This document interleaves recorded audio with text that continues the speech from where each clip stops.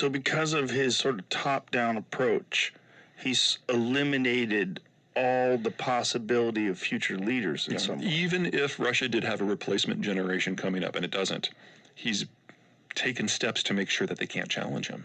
And so any sort of leadership talent has left or been killed. What did they hope happens? And how? I mean, when everything's going so poorly, like, what do we know about how they're assessing things? Well, they're obviously not thrilled with the way the things are. They're using one bit of propaganda after another to justify it, saying that, we're fighting all of NATO, or demons are involved. That was my personal favorite. Demons? Oh, yeah. When it came to the Kherson offensive and it became clear that there was more going on than just NATO weapons, the Ukrainians actually knew what they were doing. They changed the line from that these are all Nazis to these are actually gay demons. Gay? Gay demons, yes. What? Yeah, Russian propaganda is a hoot.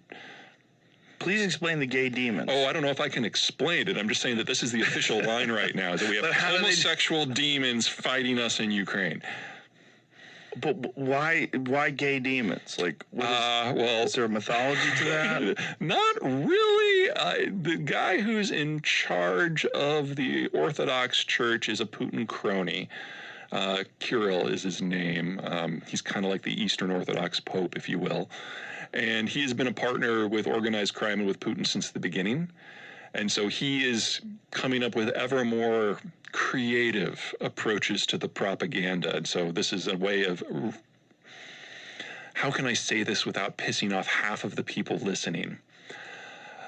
Imagine Trump using his influence with evangelical Christians to come up with a theological reason why something didn't go his way. It's kind of the equivalent of that.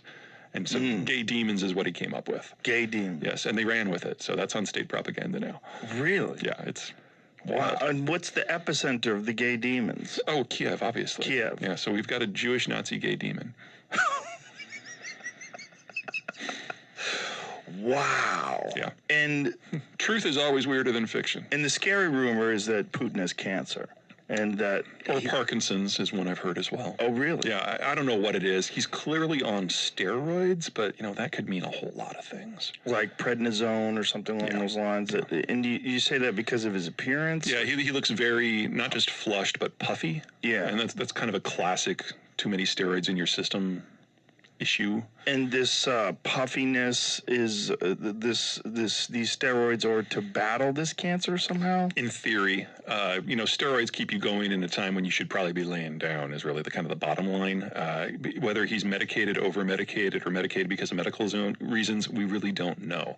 He's not in great health. That is obvious. And for someone who has been the shirtless horseback rider in the propaganda videos, that's a real problem.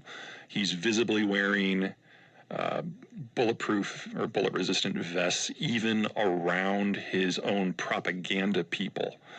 There was this great piece that came out that I saw last week where it was all the propaganda shots that he's taken with the soldiers' mothers and on the front and with the tech people and in the intelligence. And it was like the same 12 people were in every single shot, just in different outfits. And even with those people, he's wearing his ballistic vest. Now, when you say, when you talk about his appearance that he's clearly unhealthy, is there, can you demonstrate that? Are there images that show him a couple of years ago versus now, where you can see his appearance? Yeah, it's not much of a reach. Like I said, he likes to pose shirtless on horseback to show how virile he is. He didn't look good on shirtless on horseback. Yeah, I know. You got to look at it from the Russian point of view. I mean, the standards are a little different. Are they? Oh, yeah. And he's got the shakes. That's one of the reasons why the Parkinson's analysis, I guess, has come out. I've never seen any of this. Yeah, so there's video of him shaking. See if you can find any of that, Jim. See if you can find a comparison. Yeah, I got an article on a timeline of his health. Okay. Here's the shakes part. Go. Yeah, and he's a 3-minute video. So he used to be a fairly animated speaker. Boy, he does look puffy. Yeah. Now, whether or not he's actually sick or not, I have no idea. Could it just be that he's just drinking a lot? Technically, he says he's a teetotaler, which is pretty rare in Russian society. But he's still alive, and a lot of Russians make it to his age. How old is he now? Mid-60s.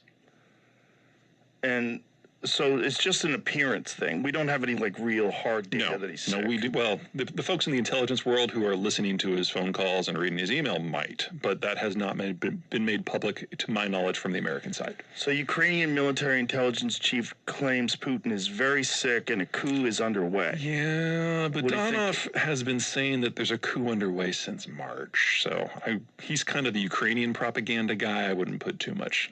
And how would Credence in that? But what would even happen there? What if like, a coup did take See, place? Putin has so thoroughly purged that what's left of the intelligentsia, there's only 130 of them, and there's probably only one of them who would have the guts to throw a coup. That's the Rosneft CEO. Rosneft is their oil monopoly. Igor Sechin is his name. He used to be a gun runner during the Soviet period. He's got the guts to pull it off. But if there's anything that the other 129 agree is that Sechin's an asshole and he should be shot on sight if he kills Putin. Oh, Jesus. Yeah, so there's no like immediate pretender to the throne here.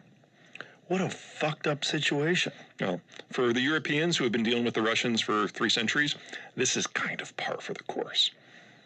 It's just a modern version of it. Yeah. Yeah, the Soviet period was kind of a relief because we actually had an institution that pushed their weird religion to the side and actually worked on technocracy and technology. And from the European point of view, that was a huge improvement. And the belief in the post-Soviet period was that they would start from that and move forward and modernize and maybe even democratize.